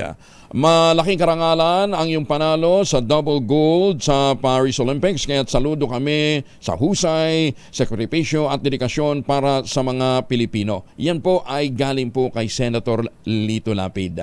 Ang sabi po ni Senator Lito Lapid, taas na natin ipinagmamalaki sa buong mundo ang talento ng mga Pilipino. Mula sa isang batang nangahas na sumalo sa palarong pambansa hanggang sa isang premyadong world-class athlete na nagbigay sa atin ng 3 gintong medalya sa Olympics sa loob ng isang siglong paglahok ng Pilipinas sa palakasan. Ang kwento ni Carlos Edriel Kaloy Yulo ay patunay ng kapangyarihan, ng pagsisikap at pangarap. Isa kang inspirasyon sa ating mga bansang uhaw sa kabayanihan. Mabuhay ka, Kaloy. Yan po ay mensaheng gustong iparating ni Senator Lito Lapid kay Kaloy Yulo na nakasungkit nga ng 2 gintong medalya sa Paris Olympics. Nais naman ni Senator Amy Marcos na gawing 57 years old sa halip na 56 years old ang mandatory retirement age ng mga tauhan ng Philippine National Police o PNP. Sa inihaing Senate Bill 2758 ni Senator Amy, layunin nitong matiyak ang continuity at nakatatangan ng liderato at kahusayan ng puwersa ng pulisya sa pamamagitan ng pagkakaroon ng anyay most experience ng mga tauhan. Anya, kaya pa naman at physically fit pa naman ang nasa edad 57 o naman. Oo, yung mga 57 years old tulad ng mga tauhan ng Armed Forces of the Philippines. Oras na may sa batas, aamyendahan ang Section 39 ng Republic Act 6965 o ang Department of Interior and Local Government Act of 1990. Ang mga opisyal na nasa ranggong Chief Superintendent, Director at Deputy Director General ay pahintulutang manatili ng 1 taon sa serbisyo pagtungtong nila ng 57 years old. 16 na minuto na makalipas ang alas 5 ng umaga. Happy birthday kay Yuel Reyes. Yuel, Parang hindi pa yata namin nakikitang may dumadating na breakfast. Maganda umaga, Pilipinas! 16 makalipas ang alas 5. Kuyang Angelo Palmones. Magandang umaga, Pilipinas! 21 na makalipas ang alas 5 ng umaga. Isa ho sa mga pinoproblema ngayon ng mga magulang, yung may mga gambling sites na nakikita ho sa kanilang cellphone o sa social media yung mga bata. Tapos meron pang mga pornographic content, Kasama natin ngayon ang manager ng Privacy Compliance ng Globe Telecom, si Attorney Alex Austria. Attorney Alex, magandang umaga po sa inyo. Magandang umaga din po, Sir Angelo. Ay, sorry ma'am, kala ko lalaki ka kausapin namin. Buti lang hindi ako nagsabing sir. Attorney Alex, kamusta na ako? Ba't naman kasi Alex pangalan ho ninyo? Teka, ba't pinakailaman pa ako? Alexandra po ako. Alexandra pala. Sorry po. Attorney Alex, ano yung mga ginagawa ng Globe para mapigilan yung pag-access sa mga child pornography at saka doon sa illegal gambling sites? Yes, so ang Globe po, maliban sa pagbablock ng mga website na ito na 24/7 po naming isinasagawa ng aming Security Operations Center, nakikipag-ugnayan din po kami sa mga organisasyon tulad ng Internet Watch Foundation. Kasama na rin po rito ang Child Protection Network at ang UNICEF at syempre po ang Canadian Child Center for Protection. So sila po ang nakikipag-ugnayan sa amin para mag-block ng mga links, ang mga nire-request po nilang links na binablock against child pornography din po. At syempre po, nag-educate din po kami ng aming mga komunidad. Meron po kaming tinatawag na #MakeITSafe program, kung saan ang mga magulang po natin pwede po mag-log on sa internet at makeitsafe.ph para po ma-access nila ang latest slang terms ng mga kabataan ngayon po. So minsan po ang ating mga anak, may mga aktibidad online na hindi po natin alam po ano po ang pinagsasabi nila. So gumawa po ang Globe ng online glossary para po malaman kung ano po ang latest buzzwords or slang terms para po ma-monitor din po natin ang komunikasyon ng mga bata. So it's really the parents, yung mga magulang ang dapat na manguna, Huwag natin hayaan yung mga chikiting natin, Kay lalaki yan, kay babae ang ating anak, Yung access nila sa mga ganitong klase ho ng mga impormasyon na inappropriate sa kanilang edad, dapat ho talaga ma-manage, Kaya mga magulang, ang hamon sa inyo ni Attorney Alex ay puntahan yung anong site yon na makeitsafe.ph po. One word yung makeitsafe. Yes, .ph. Okay, one word na makeitsafe.ph. Ayun puntahan ho ninyo yan. So Attorney Alex, mga ilang domain at URL na ang na may kaugnayan sa child pornography na harang ng Globe? Okay po, mula Enero hanggang Hulyo po ng this year alone, nakaharang na po kami ng 1,718 domains at 190,167 URLs na patungkol sa child pornography. Isa po itong malaking angat mula last year na nakablock po kami ng 1,295 domains at 129,652 URLs naman po. So increase po siya from last year at patuloy po namin to binablock 24/7 po. Saan ang gagaling yung mga binablock nyong yun? Anong country? Iba-iba po Hindi po namin ma-pinpoint sa isang country pero usually po mga western countries. Yun lang po ang nakikita po naming trend. Pero iba-iba po talaga siya. Wala pong isang country na nakakaangat for most of these links po and websites. Pero usually po, western countries po. Pero ito ba, meron ba silang gimmick para ma-entice yung mga bata o outright talagang pornographic yung content? Minsan po outright pornographic po yung content. Usually po tied po ito sa human trafficking and child trafficking po na nangyayari sa ating bansa. Wala yung parang picture ng na nakakaintay sa mga bata, kung yung mga cartoons, Minsan po may mga scams. Kunyari po may ka-chat ang mga bata. tas nagpapanggap po na kapwa bata rin po, magkakarelasyon po sila, kung ano-ano po ang tatanungin sa mga bata at ipapagawa rin po sa mga bata. Pero again po, this is just one method po Okay. of enticing children online, tas iba-blackmail na po sila para patuloy po paggawin yung mga aktibidad na ito. Oo. Ayun po. At saka Isa po yung ito. Oo. At saka ang malungkot dito, hindi ho babae lang ang target ha, pati mga batang lalaki. Biktima na rin Correct po. Oo. Wala po silang pinipili, basta lalaki man o babaeng bata. Kahit sino po, kasi po yung market po nito online, kahit sino po. Oo. Attorney Alex, sa ano naman, illegal gambling, ganong illegal gambling sites na yun na napasara ninyo, na block ninyo? Sa illegal gambling naman po, 2,726 domains na po ang na-block namin for illegal gambling this year. Okay. Usually, ano namang gimmick nito? Nag-o-offer ng malalaking premyo. Yes po, kunyari po, work from home, tapos ang kita po, hindi po proportionate or equivalent sa usual na kinikita ng mga tao. Get rich quick schemes po. Sasabihin po, oy, merong work from home offer, yayaman ka kaagad dito, click the link po, yung mga ganun po. Kaya po ang Globe nagbablock na rin po ng mga URLs at links sa lahat ng aming text messages. Bawal na po mag-send ng website links sa Globe Network. So kung may nakikita po kayong click this link, type this link into your browser, malamang sa malamang po, scam na po yun pag pinapadala through text, kasi din-activate na po ng Globe ang lahat ng pagsisend ng links sa text messages. Attorney, alam mo, nagpapasalamat kami sa Globe for this initiative. At hindi biro ito. But again, hindi po Globe lamang o mga telco ang po pwedeng gumawa ho ng hakbang. Kayo ho mga magulang, higit na dapat na, kasi nakakamonitor doon sa activities ng inyong mga chikiting.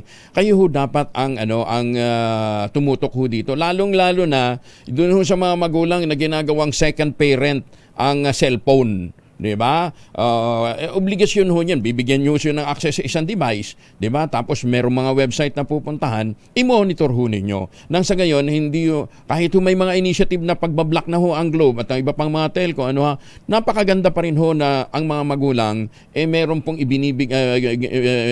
ginugugol na oras para ma-check ho yung mga pinupuntahang sites ng inyong mga chikiting.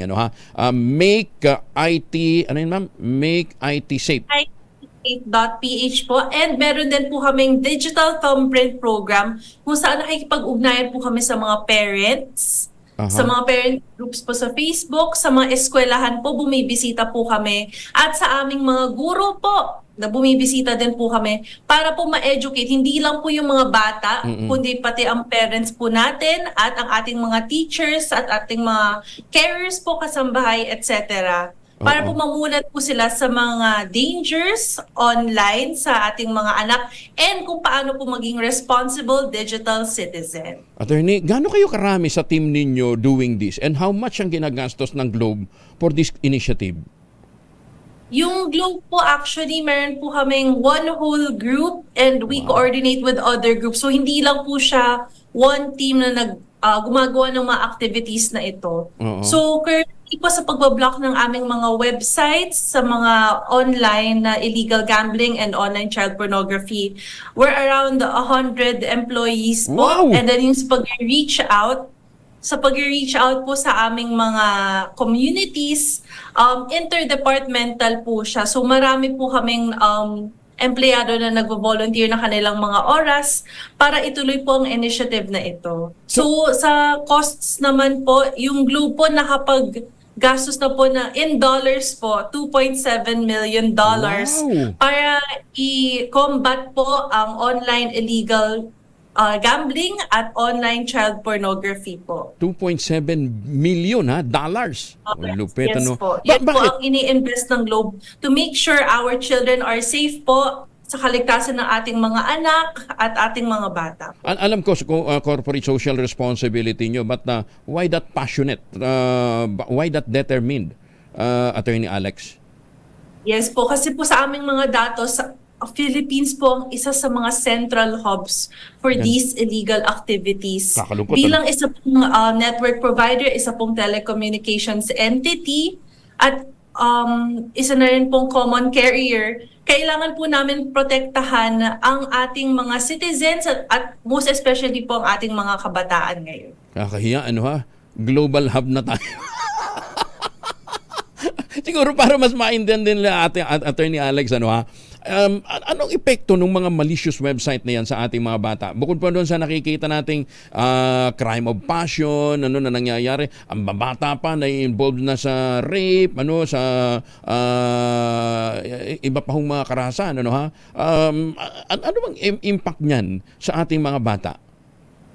Actually po, madami pong trauma ang naidudulot po ng pag-e-exploit ng ating mga bata sexually. Physical po, psychological, mental trauma, and ang pag-develop po ng bata ay naaapektuhan as they grow older with this kind of trauma in their lives. So para po sa mga kriminal naman, yung mga kriminal na gumagawa ng mga gawaing ito, nagiging addict po sila eh. Yung mga criminal po yung mga criminal po. So, meron po at meron na magiging customer base, kumbaga, ang ganitong kinds of content. So, kailangan po talaga natin tulungan ang ating mga autoridad para pigilan ang ganitong kinds of online content para po maiwasan na po ang kapahamakan sa ating mga kabataan ngayon. Tsaka ang good thing ngayon, because of technology, na monitor na natin, yung mga magulang naman na kumakapit sa patalim, ginagamit na kapital yung kanilang mga pagiging magulang, mismong sila ang ibinubugaw yung pong mga anak nila, di ba? Nakakalungkot ho. Pero yan ho, namomonitor na rin strictly ngayon ng mga telco. Kaya lang, syempre, kung kayo may nalalamang katulad ho na ganyang mga aktibidad, i-report din ho ninyo sa mga kinauukulan. Yes po, and ang Globe po ay may partnership with Bantay Bata 163 para i-report po ang ganitong mga activities. So, pwede po kayo mag-dial toll-free sa mga Globe and TM subscribers po namin sa Bantay Bata 163 para i-report po ang mga ganito. Tsaka sa iba pang mga educational programs din siguro, ma'am, And siguro, Attorney Alex, baka one of these days din, pwede mo ring itap ang operation tulong din ho natin, Baka may mga matatanggap din ho mga complaints na katulad yan, po pwede rin ho iparating sa pamamagitan ng mga pasilidad ng Globe at saka ng operation tulong ho ng DCRH. In the meantime, Attorney Alex, again, thank you for this initiative at maraming salamat ho sa inyong pagsisikap na masawata itong problema natin sa child pornography. Nakakahiya nga naman, global hub na tayo pagdating sa illegal gambling at saka sa child pornography. Thank you, Attorney Alex, Good luck ho, and again, salamat po sa mga initiative na ginagawa po ng Globe. Thank you. Magandang umaga po. Si Attorney Alex Austria, manager ng Privacy Compliance ng Globe Telecom. Pero inuulit nga ho natin, isang aspeto lamang ho itong ginagawa ng Globe at saka ng mga telco natin in combating child pornography at saka illegal gambling. Tayo mga magulang are equally responsible. Meron ho tayong malaking responsibilidad sa pagsiguro na yung ating mga anak, yung inyong mga chikiting, inyong mga apo, ang na-access lamang ay tamang website. Kaya bantayan ho ninyo yung kanila pong mga activities online. Lalong-lalo na yung mga magulang na ginagawa nga pong second mother o yaya o yayo ang mga cellphone. Ngayon, kung gusto ho ninyong yumaman, huwag doon sa quick fix na pagyaman.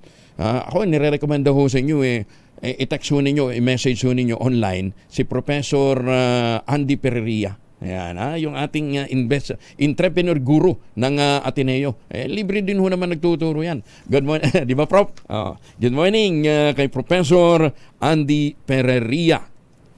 Ganda Umaga, Pilipinas! Inekwestiyon naman ng ilang empleyado ng National Police Commission o NAPOLCOM ang sabay-sabay at patuloy na pagtanggap ng sahod at retirement benefits ni Commissioner Alberto Bernardo.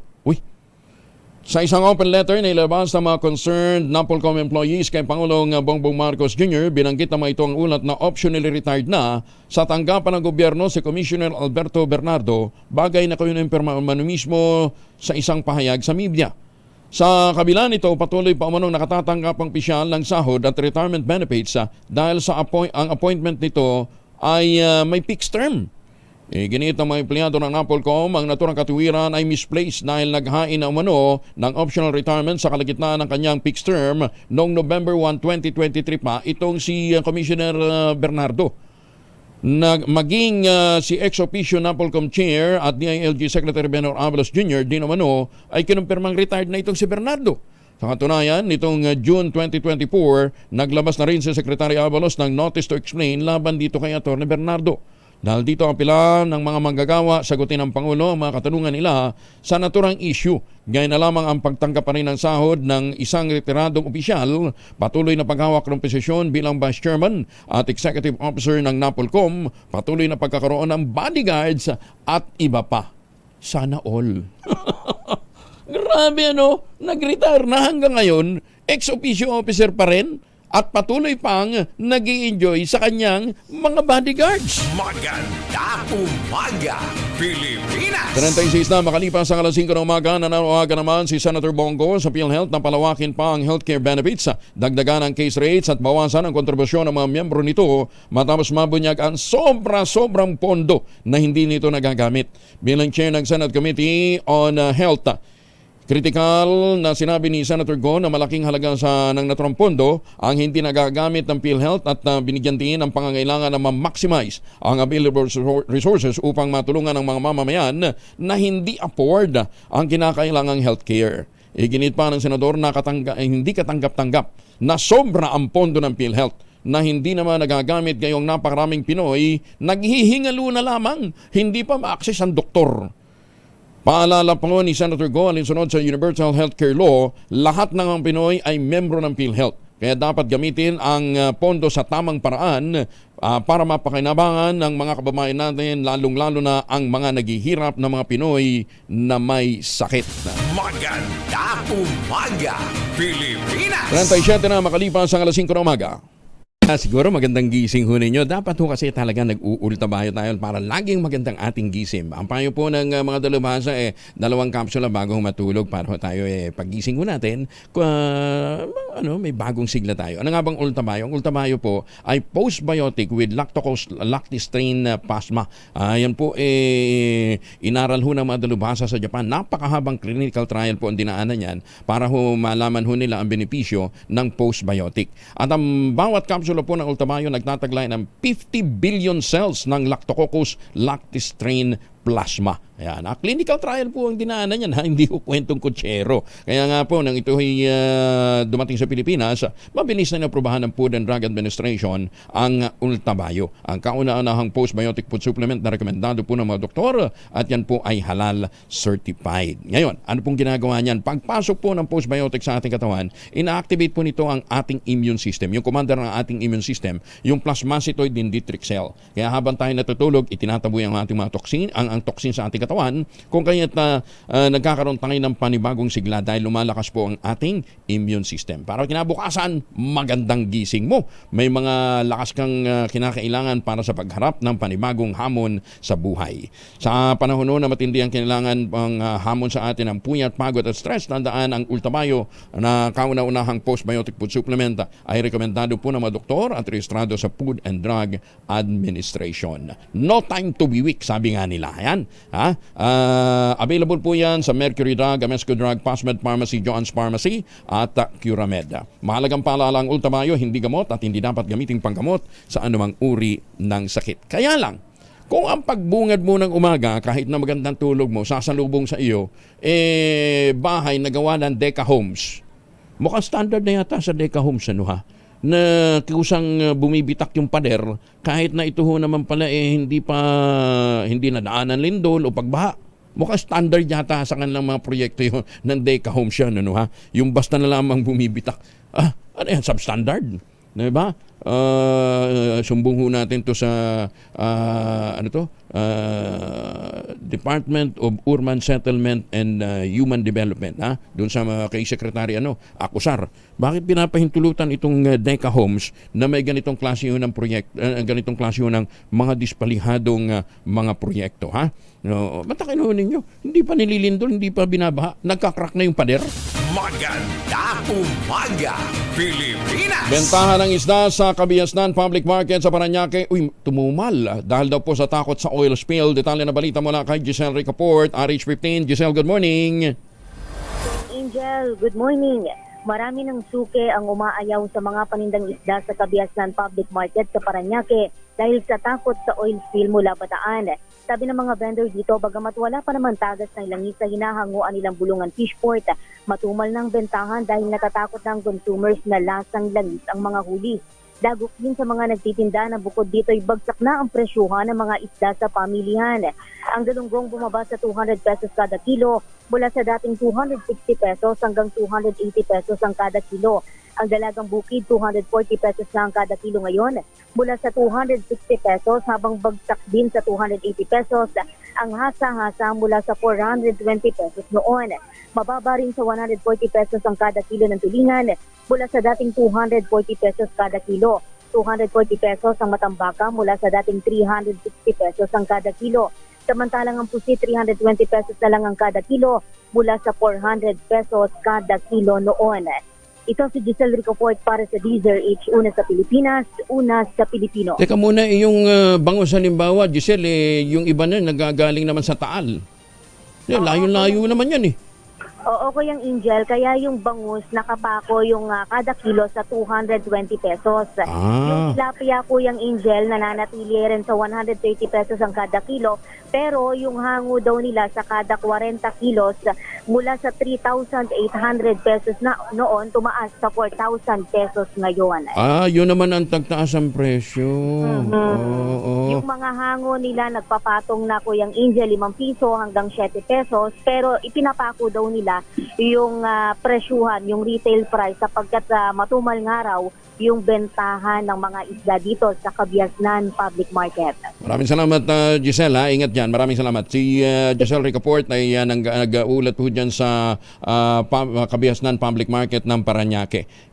Yuel Reyes, mura daw isda doon. No? Baka gusto mo doon bumili ng panghanda, mamaya. Para sa iyong... Ilan taon na si Yuel ngayon? 22. 24.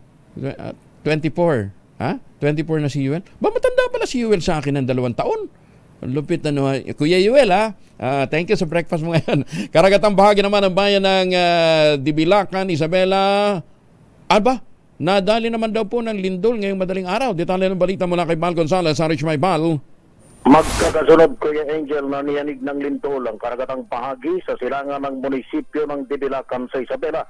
Magnitude 4 at 3.9 ang lakas na naitala ng Philippine Institute of Volcanology and Seismology of PBOX dakong alas 4 ngayong madaling araw mula 10 hanggang 27 kilometro ang naitalang lalim ng pinagmulan ng lindol na tektonikong origin. Kaya paman wala namang naitalang intensity dahil sa gitna ng karagatan nangyari ang nabanggit na pagyanig.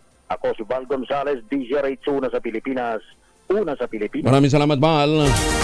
Malabon PNP, nakahanda ng puwersa nito para sa unang araw ng pasukan ng 42 pampublikong paaralan.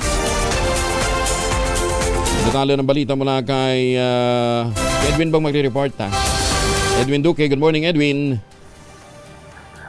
Ay buntag Kuya Angel. Nakakalap natin yung umaga sa lahat na paaralan nagkapalabot at persa nagkapalabot ng pulis para bigyan seguridad. Ang unang araw ng pasukan sa may 42 pampublikong paaralan sa Luzon ay dito kay Police Colonel J. Baybayan matapos nakisa ang kapulisan sa paglilinis at paghanda sa mga pinahanga paaralan kamakailan. Nakahanda naman ngayon ang silang pangalagaan yung mga estudyante na lalo na yung kanilang mahal sa buhay laban naman sa mga masamang loob na mapagsamantala. Nantala ang naka-schedule na pasukan nakarang linggo dahil nga doon sa mga malaking epekto ng bagyong Karina. Kaya ngayong araw ay extended yung unang araw ng pasukan kung saan ay bagamat maulat-ulan ngayon, sinabayan pa ng high tide. Hindi ko naman yung mga estudyante ay tuloy-tuloy naman sa kanilang paghanda at karapihan ngayon ay may dalang payong dahil nga sa unang araw ay tag-ulan. Wala pa rin dito sa Malabon, nagulat sa DZRH, una sa Pilipinas, una sa Pilipino. Maraming salamat si Edwin. Maraming salamat Edwin. Okay. Akala ko kung anong dinisenyo siya dyan. Maganda umaga, Pilipinas! Dumating na pala yung pa-breakfast. Doon na yung pa-breakfast ni Yuel. Thank you, Yuel. Si Yuel naman, ang hirap biruin mo. Siniseryoso masyado. Nag-22 years old ka lang, ganyan ka na. Happy birthday, Yuel. Thank you, Yuel. Bawal daw pagkain dito. Nakatutok na kagad. Yun mo, sama ng tingin sa atin ni Engineer Ray Taladro. Sabi niya, dilat ng mata. Kala mo talaga, kakainin kami ng buhay. Ganyan ka, Ray. Ay, 10 minuto na lamang bago mag-ACS sa umaga. Huwag kalimutan na humapabalik ng Pilipinas. Huwag na humagmit-mit ng imported na chocolate. Tangerine chocolate po, locally made pero taste and looks global. Sa tulong po ni Dr. Helen Tan, yung mga planting material ng kakao galing Davao, hinakot po para itanim sa ilalim po ng mga nyugan. Kaya ngayon ay nagpuproduce sila ng dekalidad na kakao beans para ma-process bilang tangerine chocolate. Available sa 0919-095-5935. Ang sabi po ni Dr. Helen Tan, tingnan din ho nila yung 10 variants ng tangerine chocolate na available po sa tangerinechocolate.ph. Ang mga raw material niyan ay galing din po sa ani ng ating mga magsasaka. Kaya ang tangerine chocolate po ay pinagmamalaki ni Governor Helen Tan na gawang lokal, 100% gawang Pinoy. Pero yan po ay looks and taste global. Sabi nga po ni Dr. Helen Tan, sino bang magmamalasakit sa Pilipino kundi ang mga kapwa natin Pilipino? Tangkilikin ang gawang atin, ipagmalaki ang gawang Pinoy. Maganda umaga, Pilipinas! Parang yung isang nakakalaban ni Carlos Yulo doon sa unang gold medal niya, di ba? Half British, half Pinoy. Kita ho ninyo, di ba? Yung pambato na. Dalawa ho yung pambato ng United Kingdom pero tinalo ni Kaluyulo. Maganda umaga, Pilipinas! Ewan ko lang kung magkakaroon din ng bahay si Kaluyulo dyan sa St. Monique Ballet. Pero dito sa global sa sa Global City, may bibigay sa kanya, di ba? Ang Mega World, yan. Pero kung kayo ho'y naghahanap ng magandang investment dito sa Pilipinas, St. Monique Ballet, the most prestigious project ngayon sa Binanguan ng Rizal. Paglabas pa lamang ho ninyo ng bahay, nature nang sasalubong sa inyo. At saka sigurado walang baha. Ayan, Ang bagong model nila, ang newest model nila na townhouse ay Bianca, isang 2-story house with balcony. Ang lot area po nito, 45.5 square meters lamang with 2 to 3 bedrooms. At laki ho yan, 45.5 square meters. At ito po'y pwede ho niyong avail through Pag-ibig Financing at 19,000 plus monthly. 19,000 peso plus monthly. And 30 years to pay. At saka nasa loob din po ng township ang iba't ibang mga amenities. Yan po ang St. Monique Ballet. Contact us sa 0917-719-7908 para po sa mga karagdagang detalye. Ulitin natin 0917-719-7908.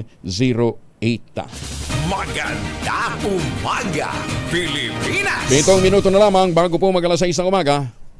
Pupunta ho kayo ng mga airport, hanapin ho ninyo yung stall ho ng Katonyings. Iba yung Katonyings. Sarap ho ng mga pagkain dyan. At saka yun ang pagkain ng inimporta ho ninyo sa catering. Di ba, Malo?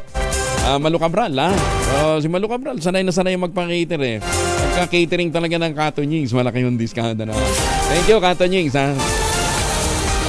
si Yuel, yung catering ni ngayong umaga, lupit, talagang affordable. Kinasuhan naman ni PCSO General Manager Robles ng defamation at invasion of privacy ang vlogger na si Claire Contreras, mas kilala bilang Maharlika, sa Central District Court ng California sa Amerika. Ay kay Robles, dapat lamang na matapos na ang halos 1 taong paninirang puri ni Maharlika laban sa kanya at sa PCSO na mapapanood sa Boljak TV, ang YouTube channel ngayon ng vlogger. Sinabi ni Robles na hakbang na ito ay depensa niya sa dinungisang dangal at integridad niya. Si Maharlika ay dating supporter ng unit team, ngunit naging isang kritika ngayon ng Pangulong BBM at ng First Lady Lisa Marcos. Samantala, tiniyak naman ng Department of Justice, partikular na ni Secretary Boying Remulla, na iniimbestigahan na ng kagawaran ang muna'y pagkakasangkot ng paihi o smuggling ng langis ng lumubog na MT Terranova sa Bataan. Ibinunyag ito ni Remulla sa programang executive session dito sa DZRH. Paliwanag ng kalihim, isang palaisipan kung bakit hindi makaalis sa karagatan ng Bataan ang oil tanker na patungo sana ng Iloilo. Bukod dito, 26 din umanong beses na naglayag ito bago nangyari ang insidente na nagdulot ng oil spill sa kasagsagan ng Bagyong Karina. Tsaka may intelligence reports naman na paihi system ang umiral. Kasi yung Kaya umikot. Yung Terra Novang yun, may lamang isang 1.4 milyon eh. 1.4 million liters. Yes. Tapos, yung isa pang tumaob na vessel, merong makina. Pero malaki ang fuel burst niya. Yung palang racket ng lokong yun, ano ha? Umaga, Pilipinas! O paano po, susunod ang 2x2 at ang ACS Balita. Kuya Angel po sa Kalapal mo na nagiiwan sa inyo ng isang magandang umaga. Maraming salamat sa inyo lang sawang pagsubaybay, pakikinig at pagtitiwala. Magtanim ng kawayan para sa kalikasan at kabuhayan. Ang ating quote of the day ngayong araw na ito ay mula po kay Sun Tzu. Yung pong isa ho sa pinakamagaling na general ng Chinese Army, ano ha? May sumulat po ng librong Art of War. Ang sabi niya, victory is reserved for those who are willing to pay its price. Congratulations ulit kay Carlos Yulo na napakabatang magsimula bilang isang gymnast. Kaya ngayon ay inani niya po ang tagumpay ng kanyang pagsisikap. Nag-uwi sa Pilipinas ng 2 medalyang ginto. At sa iba pang mga athletes natin na lumalaban pa rin ho dyan po sa Paris Olympics. Good luck ha. At sana nga po ay madagdagan pa ang mga medalyang iuuwi dito sa Pilipinas. 2x2, in just a while. Maganda umaga, Pilipinas! 1 minuto na lamang, ACS na umaga.